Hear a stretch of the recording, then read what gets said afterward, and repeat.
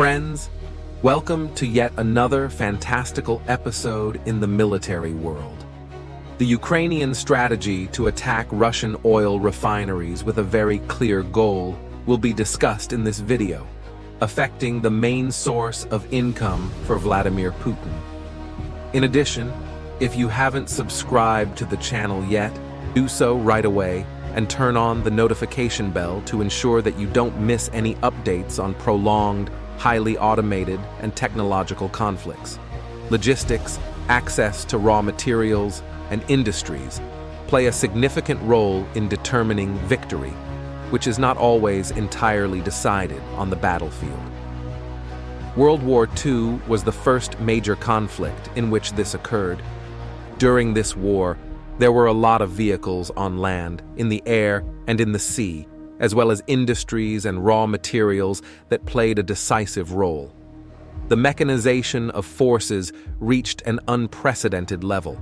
In point of fact, Japan's decision to strike Pearl Harbor and more than a dozen other targets in the Pacific, with the singular objective of achieving to guarantee the Japanese war industry's access to essential raw materials and inputs. In the case of the European theater, the Allies were well aware of how crucial German industry was to Hitler's war. Beginning in 1942, German workers coordinated their efforts to build the largest industrial park in Europe.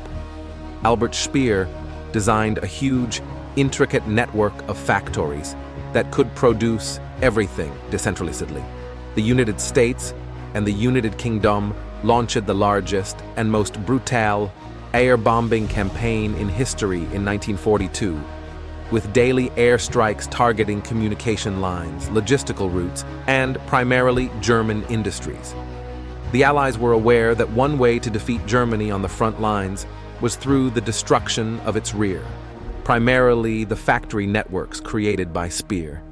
Sadly, due to the fact that many of these industries were close to or within large cities and the bombers of the time lacked precision, these Allied actions resulted in a terrible number of civilian casualties and destroyed entire German cities. However, despite the tragic loss of civilian lives, these Allied attacks achieved their intended goal of severely hampering the German war effort and reducing Hitler's army's capacity on the front lines, actively contributing to Nazi Germany's defeat. In any major conflict, including the Russian invasion of Ukraine, industries, inputs, and raw materials are even more important today, in the 21st century. The Soviet Union built the world's second-largest defense industrial complex during the Cold War, behind only the United States. With thousands of industries spread across that vast territory, the complex was powered by oil and raw materials that were mostly extracted in Russia itself. A significant portion of this industrial complex was abandoned following the fall of the Soviet Union, and as a result, it began to decline. However, the factories continue to operate and are even expanding as part of a larger modernization effort that Putin started at the conclusion of his second term. Russia is now capable of producing everything it needs for its defense from scratch or assembling with parts acquired abroad, resulting in a highly technological arsenal that is composed of a wide variety of ballistic and cruise missiles, as well as, of course, observation and attack drones, which are so important for modern warfare. This effort enabled Russia to develop a modern and fairly comprehensive industry. Although Russia is still heavily dependent on particularly advanced items like electronic circuits and microchips, Russia is now capable of producing everything it needs for its defense. Putin has a lot of oil and natural gas, so he can meet the needs of his business and sell a lot of it overseas, which is important for financing his invasion of Ukraine. As a result, Russia's natural gas and oil resources play a double role in Putin's war effort. It is essential to feed the industry, manufacture weapons and automobiles, and generate revenue to pay for his enormous invasion army. Naturally, the adversary is aware of all of this, and the Ukrainians are also specifically targeting the Russian industries that support the invasion, similar to what the Allies did in World War II. Since Putin started the war on February 24, 2022, Ukraine has attacked Russian refineries and depots on a sporadic basis. However, in recent months, these attacks have become much more intense and, more importantly, much more precise and effective.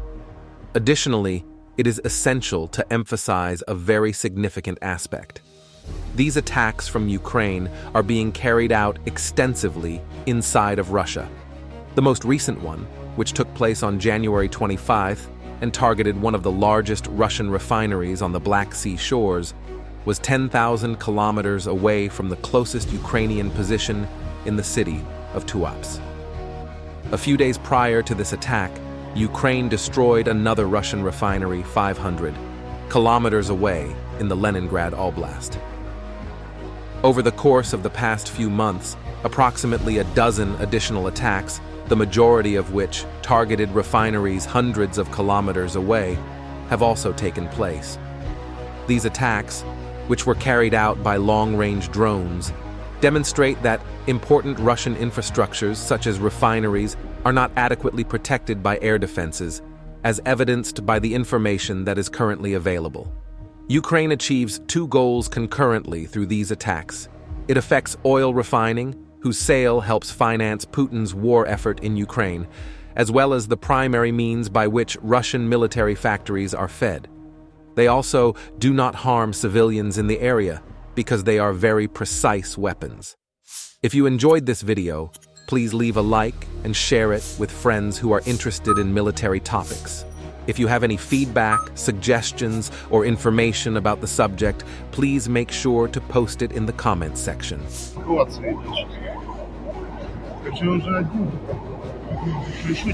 Коля, а что ты взял, что дрон, что видел, что ли?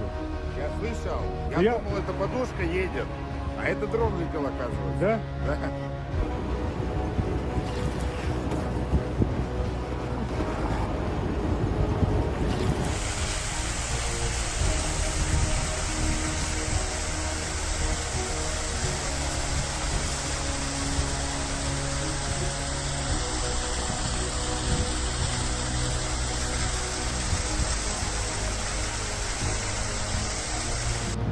В 2 часа 45 минут поступил звонок от губернатора Ленинградской области Дрозденко Александра Юрьевича, что в порту Услуга на территории предприятия «Новотек» произошел пожар.